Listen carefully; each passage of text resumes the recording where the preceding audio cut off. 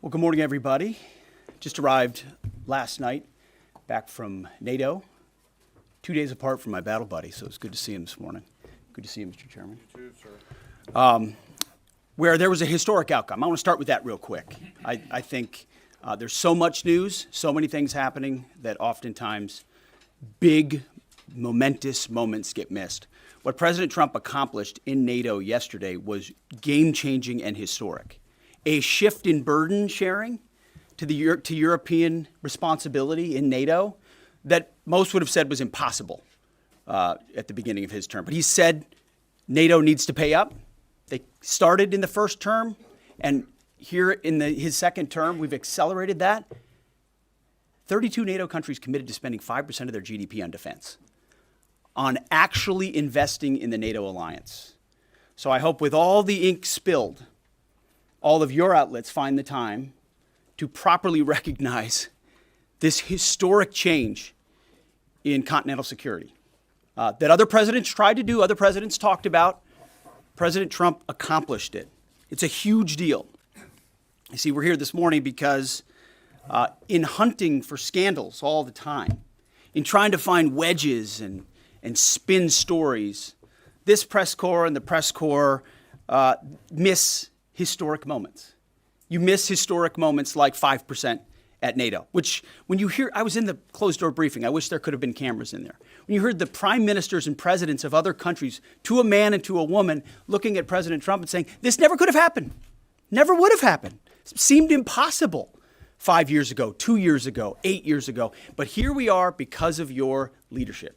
If you ask them the question, I bet they'd say the same thing. But searching for scandals, you miss historic moments, like recruiting at the Pentagon. Historic levels in the Army, the Air Force, and the Navy. Yeah, maybe there'll be a little mention here or there, but because it was under President Trump's leadership, because Americans are responding to him as commander-in-chief, the press corps doesn't want to write about it. Or bring us to the topic of the moment, the highly successful strikes in Iran. Let me read the bottom line here.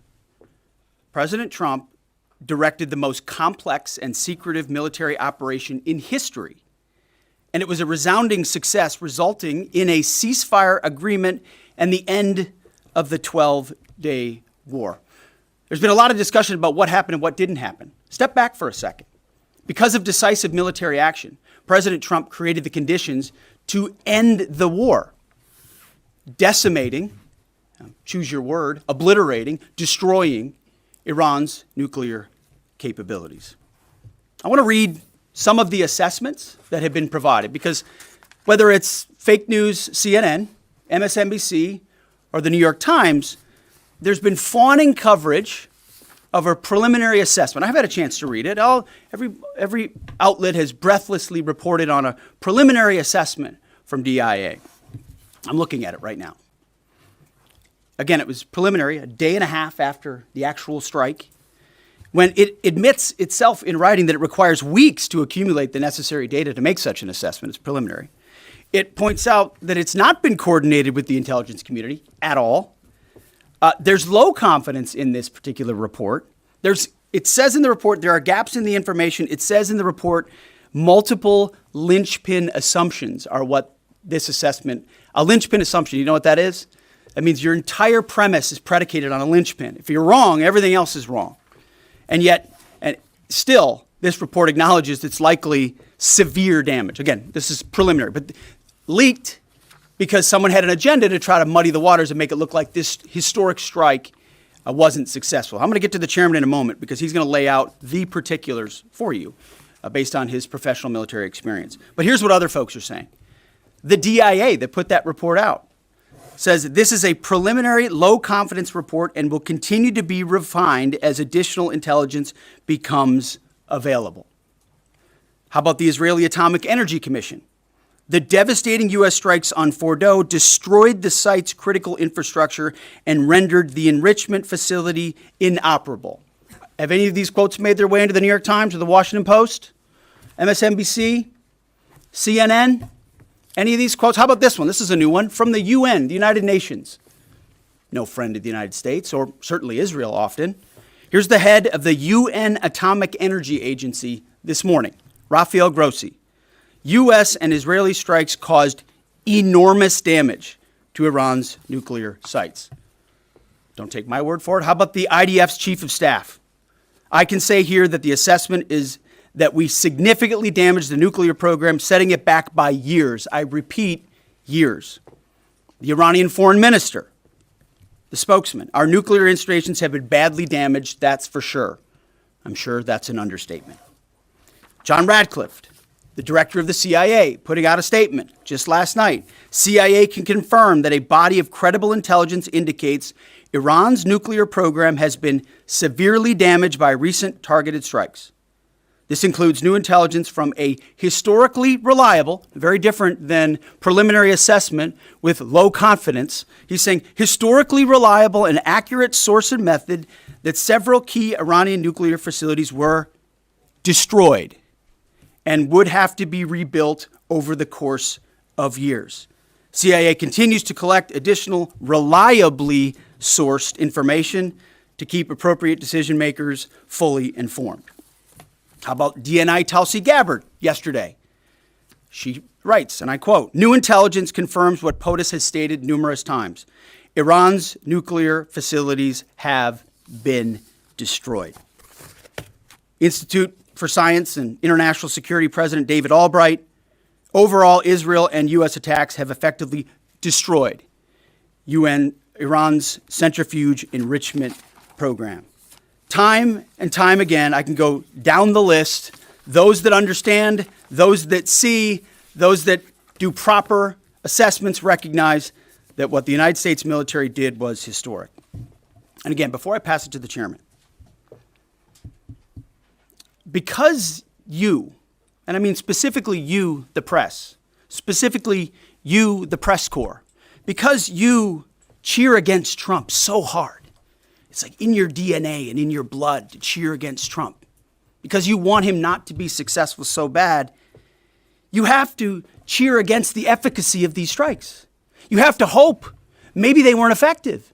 Maybe the way the Trump administration has represented them isn't true. So let's take half-truths, spun information, leaked information, and then spin it in every way we can to try to cause doubt and manipulate the public mind over whether or not our brave pilots were successful. How many stories have been written about how hard it is to, fly a plane for 36 hours? Has MSNBC done that story? Has Fox? Have we done the story how hard that is? Have we done it 2 or 3 times so that American people understand? How about how difficult it is to shoot a drone from an F-15 or 16 or F-22 or F-35? Or what it's like to man a Patriot battery? Or how hard it is to refuel midair?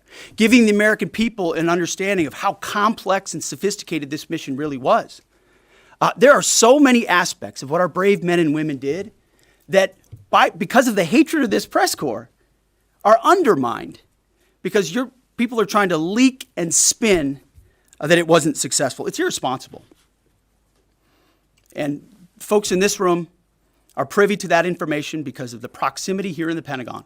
It's an important responsibility.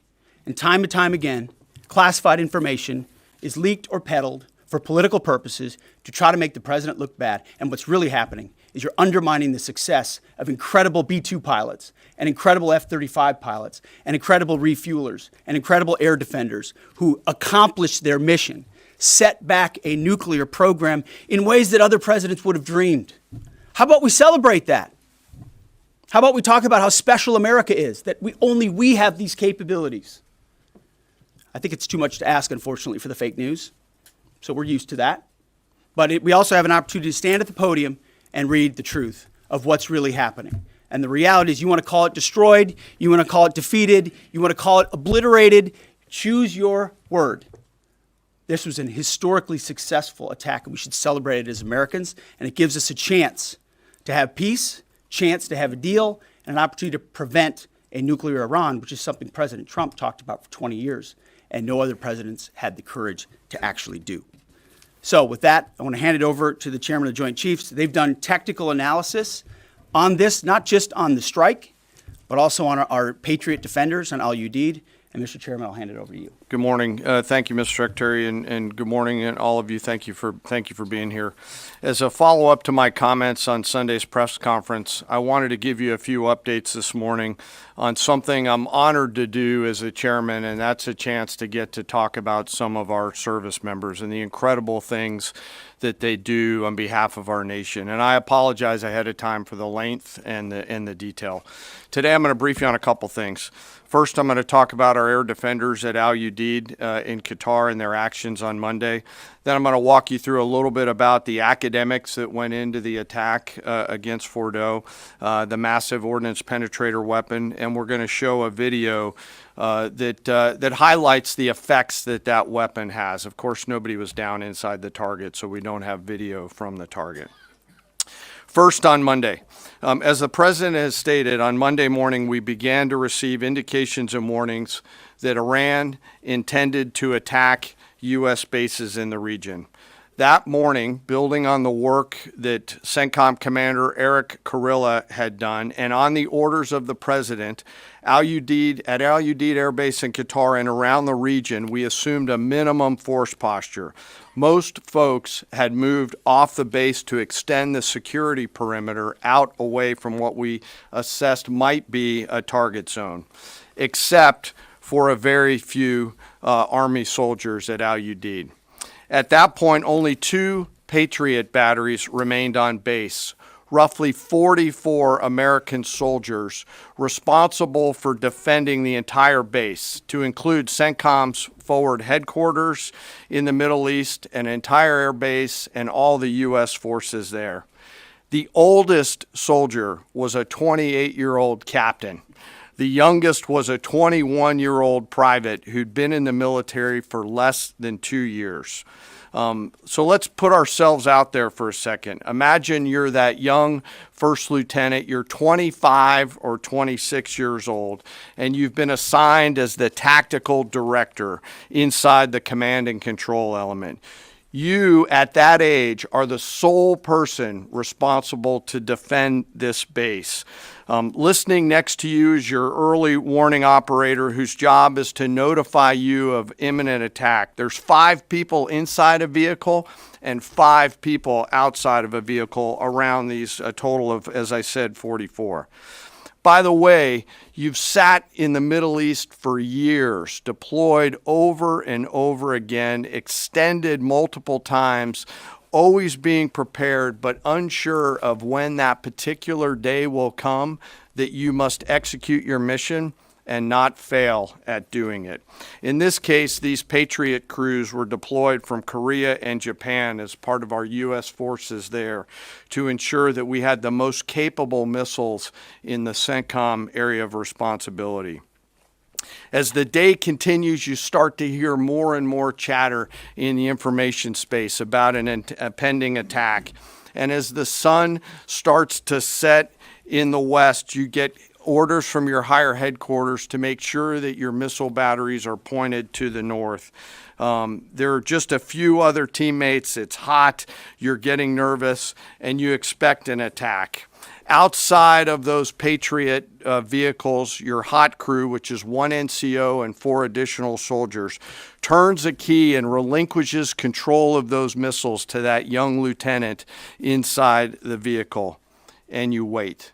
You know that you're going to have approximately 2 minutes, 120 seconds to either succeed or fail. And then at approximately 12:30 p.m. on Monday, that's 7:30 p.m. in Qatar, as the sun sets in the west, Iran attacks. As the targets were detected, round after round of Patriot missiles are ejected from their canisters by an initial launch charge. Then the main solid rocket motor ignites. You can feel this in your body if you've ever been around a Patriot taking a shot. And round after round goes out and guides against those missiles coming inbound. We believe that this is the largest single Patriot engagement in U.S. military history. And we were joined in this engagement by the Qatari Patriot crews. I'm not going to tell you how many rounds were shot, but it was a bunch because of classified purposes. And we're aware that there's reports of something getting through. What we do know is there was a lot of metal flying around. Between attacking missiles being hit by Patriots, boosters from attacking missiles being hit by Patriots, the Patriots themselves flying around, and the debris from those Patriots hitting the ground, there was a lot of metal flying around. And yet our U.S. air defenders had only seconds to make complex decisions with strategic impact. These awesome humans, along with their Qatari brothers and sisters in arms, stood between a salvo of Iranian missiles and the safety of Al Udeid. They are the unsung heroes of the 21st century United States Army. And I know a lot of you have seen the videos online and the excitement as those Patriots departed their launchers and went up and guided. This really demonstrates the combat capability and capacity of our Army air defenders. Simply stated, they absolutely crushed it. If you'd flip this over, thanks. Let me next move to a walkthrough of the GBU-57 massive ordnance penetrator weapon and share a little bit about the planners who did this and their work on the weapon. First, let me set the stage for you. There's an organization in the U.S. called the Defense Threat Reduction Agency, DTRA. DTRA does a lot of things for our nation, but DTRA is the world's leading expert on deeply buried underground targets. In 2009, a Defense Threat Reduction Agency officer was brought into a vault at an undisclosed location and briefed on something going on in Iran. For security purposes, I'm not going to share his name. He was shown some photos and some highly classified intelligence of what looked like a major construction project in the mountains of Iran. He was tasked to study this facility, work with the intelligence community to understand it, and he was soon joined by an additional teammate. For more than 15 years, this officer and his teammate lived and breathed this single target, Fordo, a critical element of Iran's covert nuclear weapons program. He studied the geology. He watched the Iranians dig it out. He watched the construction, the weather, the discard material, the geology, the construction materials, where the materials came from. He looked at the vent shaft, the exhaust shaft, the electrical systems, the environmental control systems, every nook, every crater, every piece of equipment going in and every piece of equipment going out. They literally dreamed about this target at night when they slept. They thought about it driving back and forth to work, and they knew from the very first days what this was for. You do not build a multi-layered underground bunker complex with centrifuges and other equipment in a mountain for any peaceful purpose. They weren't able to discuss this with their family, their wives, their kids, their friends, but they just kept grinding it out. And along the way, they realized we did not have a weapon that could adequately strike and kill this target. So they began a journey to work with industry and other tacticians to develop the GBU-57. They tested it over and over again, tried different options, tried more after that. They accomplished hundreds of test shots and dropped many full-scale weapons against extremely realistic targets for a single purpose: kill this target at the time and place of our nation's choosing. And then, on a day in June of 2025, more than 15 years after they started their life's work, the phone rang and the President of the United States ordered the B-2 force that you've supported to go strike and kill this target. Yesterday, I had the incredible honor and privilege of spending time with these two Defense Threat Reduction Agency officers who've given so much. One of them said, quote, "I can't even get my head around this. My heart is so filled with the pride of being a part of this team. I am so honored to be a part of this." To you both, thank you, and thank you to your families. Operation Midnight Hammer was the culmination of those 15 years of incredible work. The air crews, the tanker crews, the weapons crews that built the weapons, the load crews that loaded it. Before I run through this video today, I want to talk a little bit about weaponeering and what goes into an attack. Weaponeering is the science of evaluating a target. I mentioned all of those factors before that these two DTRA officers had thought about. Ultimately, weaponeering is determining the right weapon and fuse combination to achieve the desired effects and maximum destruction against a target.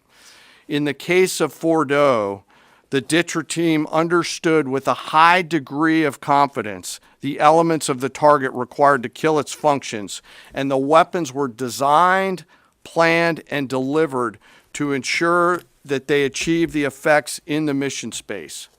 By the way, in the beginning of its development, we had so many PhDs working on the MOP program, doing modeling and simulation, that we were quietly and in a secret way the biggest users of supercomputer hours within the United States of America. So let me talk about the graphic a little bit. And the GBU-57, which all of you I know is a 30,000 pound weapon dropped only by the B-2.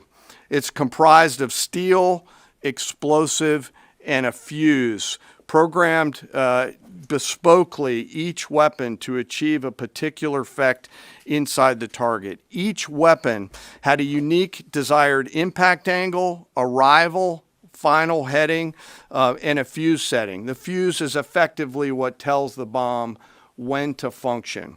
A longer delay in a fuse, the deeper the weapon will penetrate and drive into the target. So on Fordo, in June of 2008, you can see these three holes. Depicted here is the main exhaust shaft with two additional ventilation shafts on either side. The United States decided to strike these two ventilation shafts, seen here on the main graphic, as the primary point of entry into the mission space. In the days preceding the attack against Fordo, the Iranians attempted to cover the shafts with concrete to try to prevent an attack. I won't share the specific dimensions of the concrete cap, but you should know that we know what the dimensions of those concrete caps were. The planners had to account for this. They accounted for everything. The cap was forcibly removed by the first weapon, and the main shaft was uncovered. Weapons 2, 3, 4, 5 were tasked to enter the main shaft, move down into the complex at greater than 1,000 feet per second, and explode in the mission space. Weapon number 6 was designed on each side, so there were 6 on each side. Weapons number 6 was designed as a flex weapon to allow us to cover if one of the preceding jets or one of the preceding weapons did not work. The video I'm about to show you is a culmination of over 15 years of development and testing. As I said, hundreds of test shots on various models. This is one weapon. So if you take a view of this as 5 additionals, you'll get a sense of what this looks like. Hopefully you can see it and there's not too much reflection. Tom runs our videos out there. We'll run it at full speed so you can see it and then go back through it. Go ahead, Tom.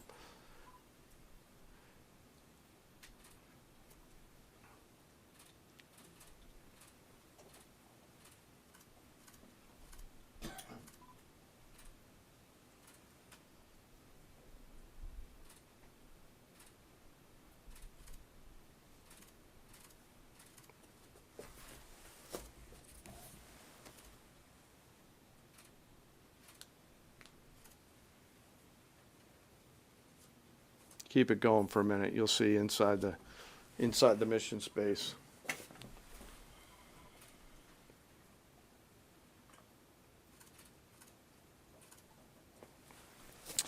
Unlike a normal surface bomb, you won't see an impact crater. because they're designed to deeply bury and then function. I know there's been a lot of questions about that.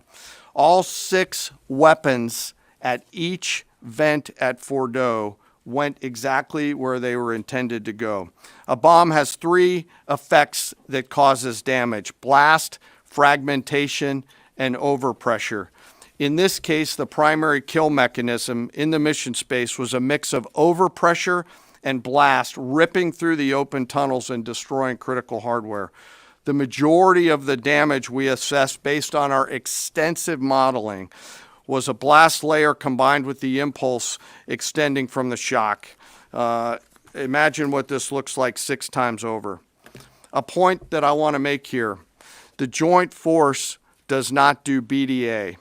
By design, we don't grade our own homework. The intelligence community does. But here's what we know following the attacks and the strikes on Fordo. First, that the weapons were built, tested, and loaded properly. 2, the weapons were released on speed and on parameters. 3, the weapons all guided to their intended targets and to their intended aim points. 4, the weapons functioned as designed, meaning they exploded. And we know this through other means, intelligence means that we have, that were visibly, we were visibly able to see them. And we know that the trailing jets saw the first weapons function, and the pilots stated, quote, "This was the brightest explosion that I've ever seen. It literally looked like daylight." Let me now turn to the bomber crews themselves, give you a few details about them. The crews that attacked Fordo were from the active duty Air Force and the Missouri Air National Guard. The crews ranked from captain to colonel, and most were graduates of the Air Force Weapons School headquartered at Nellis Air Force Base in Nevada. I will state for the record that there is no beach volleyball or football at the Air Force Weapons School. They were male and female aviators on this mission. And a crew member told me when I talked to them on video the other day that this felt like the Super Bowl, the thousands of scientists, airmen, and maintainers all coming together. One last story about people. When the crews went to work on Friday, they kissed their loved ones goodbye, not knowing when or if they'd be home. Late on Saturday night, their families became aware of what was happening. And on Sunday, when those jets returned from Whiteman, their families were there. Flags flying and tears flowing. I have chills literally talking about this. The jets rejoined into a formation of 4 airplanes followed by a formation of 3 and came up overhead Whiteman, proudly in the traffic pattern, pitching out to land right over the base and landing to the incredible cheers of their families who sacrifice and serve right alongside their family members. Like I said, there were a lot of flags and a lot of tears. One commander told me this is a moment in the lives of our families that they will never forget. That, my friends, is what America's Joint Force does. We think, we develop, we train, we rehearse, we test, we evaluate every single day. And when the call comes to deliver, we do so. I could not be more proud standing up here today of our Joint Force. I'm filled with gratitude that I get to tell their story. And as we stand here right now, our forces remain on a high state of readiness in the region, prepared to defend themselves. And one last thing, our adversaries around the world should know that there are other DTRA team members out there studying targets for the same amount of time, and will continue to do so. Thank you very much. I apologize for the length. I look forward to your questions. Thank you, Mr. Chairman.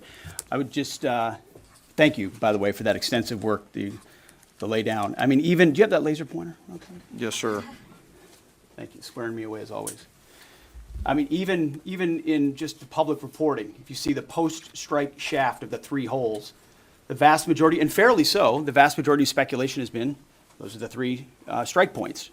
When in actuality, what you realize is these are the vents, these are the caps, the first munition took the cap off, and the other 5 went down the center hole, which if you're planning the target, you would want it to be the direct one going to the bottom. These are the types of things that go into the planning for a strike that the Pentagon would not expect the press corps, the American people, to initially understand. So laying this information out is helpful. But it's also why we ask for a beat, for a moment, for a day or two, the opportunity to tell that story. Because as the chairman said, these men and women that did this mission, they just want to do their job. They're not expecting their story to be told. They're not expecting the glory. They are grateful for the flags and the hugs of family. That's why they do the job. But they also know they were a part of something historic. We know how historic it was. The chairman does. I know. Our staffs know. And so that's why we are, and the President of the United States knows. And that's why it's almost personal when we see the way in which leaks are used to try to disparage the outcome or muddy the waters about the impact of what happened without being responsible with information and allowing the professionals to assess and provide that information just like the chairman did. So thank you, Mr. Chairman, for that information. And we welcome a few additional questions. Yes, sir. General, on Sunday you said final battle damage will take some time. And you also said, I think BDA is still pending, and it would be way too early for me to comment on what may or may not still be there at the nuclear facility. That was just over 3 days ago. So what has changed? Would you use the term obliterated as well? Sure, like I said, we don't do BDA. I'll refer that to the intelligence community. And When you're talking with them, I mean, what changed in the past 3 days that make you so, you know? sir, I think I think I explained what changed. There was a great deal of irresponsible reporting based on leaks, preliminary information in low confidence. Again, when someone leaks something, they do it with an agenda. And when you leak a portion of an intelligence assessment, but just a little portion that makes it seem like maybe the strike wasn't effective, then you start a news cycle, whether it's the Washington Post or Fox News or CNN or MSNBC, you start a news cycle that starts to call into question the efficacy. No, that's why. So you bring the chairman here, who's not involved in politics. He didn't do politics. That's my lane to understand and translate and talk about those types of things. So I can use the word obliterated. He could use defeat, destroyed, assess, all of those things. But ultimately, we're here to clarify what these weapons are capable of, which anyone with, two eyes, some ears, and a brain can recognize that kind of firepower with that specificity at that location and others is going to have a devastating effect. So we all recognize there will be days and weeks ahead. That's why yesterday I said, if you want to know what's going on at Fort O, you better go there and get a big shovel, because no one's under there right now. No one's under there able to assess, and everyone's using reflections of what they see. And that's why the Israelis, the Iranians, the IAEA, the UN, to a man and to a woman who recognize the capability of this weapon system are acknowledging how destructive it's been. So that's what's changed. Just 3 or 4 days later. What changed? See, this is a point. This is how difficult it is to actually manage. You just watched a video of what this weapon is capable of. That's where we find our confidence, is in the skill of men and women and the capability of the systems they employed and the recognition so far in the reflections that it was a highly successful mission. Sure, I think you could, I'd say go out, the IC should be able to help you answer that question. They look at a variety, as the Secretary has alluded to, we look at a variety of things. I don't do that, they do. All different sources of intel, which I'd refer you to them to get clarity on the end state. So again, I go back to the IC, whether it's Director Radcliffe or ODNI Gabbard. I read the statements at the beginning. They're the ones aggregating the intelligence, and they're saying nuclear facilities were destroyed and would have to be rebuilt over a number of years. Facilities were destroyed. What do we got right here? Sir, you cited a body of credible intelligence to suggest the damage at Fort O and other places. What is that referring to, and when can we see it? I was reading from the CIA director's statement, which came out last night. CIA, again, they do the BDA, they do the assessment. CIA can confirm that a body of credible intelligence indicates, it also goes on to say, new intelligence from historically reliable and accurate sources and methods. Now, you can imagine the CIA director is going to be very careful about how he articulates things of that sensitivity. Classified, secret, top secret, compartmentalized. He's going to know things that you're not going to know, that the press isn't going to know. And he's reflecting that the sources he's seeing are highly credible. They've given credible intelligence. They or those processes have given credible intelligence in the past. And that's what he's basing it on. Don't you think we need to see that? Do you have a top secret clearance, sir? Eventually, Okay. the American public wants Yes, to sir. see it. Yes. Yeah, you. I wanted to ask briefly just No, if, not you. Checkered shirt. right Oh, there. so Mike Glenn with the Washington Times. Yes, sir. Thanks, sir. Anybody who's ever read a Battalion S2 report after a fight knows that it's usually, the initial report is usually wrong, sometimes grossly so. Has what happened in this incident caused y'all to sort of rethink the intelligence process or the dissemination, or do you think it's just a matter, I mean, if the process itself doesn't require any more adjustment? Well, I can tell you what the chairman told me in the Situation Room and reminded us all, which is alongside what you just said, sir, is that the first reports are almost always wrong. They're almost always incomplete, right? Anything, whether it's a squad level operation or a strategic level operation, the initial reflections you get are coming at you at a high rate of speed from a lot of different sources. So your job is to step back and assess them. And that's why we're urging caution about premising entire stories on biased leaks to biased publications trying to make something look bad. How about we take a beat, recognize first the success of our warriors, hold them up, tell their stories, celebrate that, wave an American flag, be proud of what we accomplished. And in the meantime, I can assure you, the chairman and his staff, the intelligence community, our staff and others are doing all the assessments necessary to make sure that mission was indeed successful. Yes, right there. Sir, thank you, Mr. Secretary. Iran has recognized that their nuclear program was indeed severely damaged, but they also said that the U.S. strikes only strengthened their ability and their determination to complete their nuclear program. How do you respond to that, sir? Is that a provocation from Iran? Well, I would say Iran's going to have to say a lot of things right now in order to bolster their image, especially internally. You know, in the media, there's a lot of things they'll say for domestic consumption. But we're watching very closely what they do. Again, that's the intel community. Our job as the chairman, the chairman laid it out so beautifully. Our job is to be prepared. And how proud are you? How proud am I?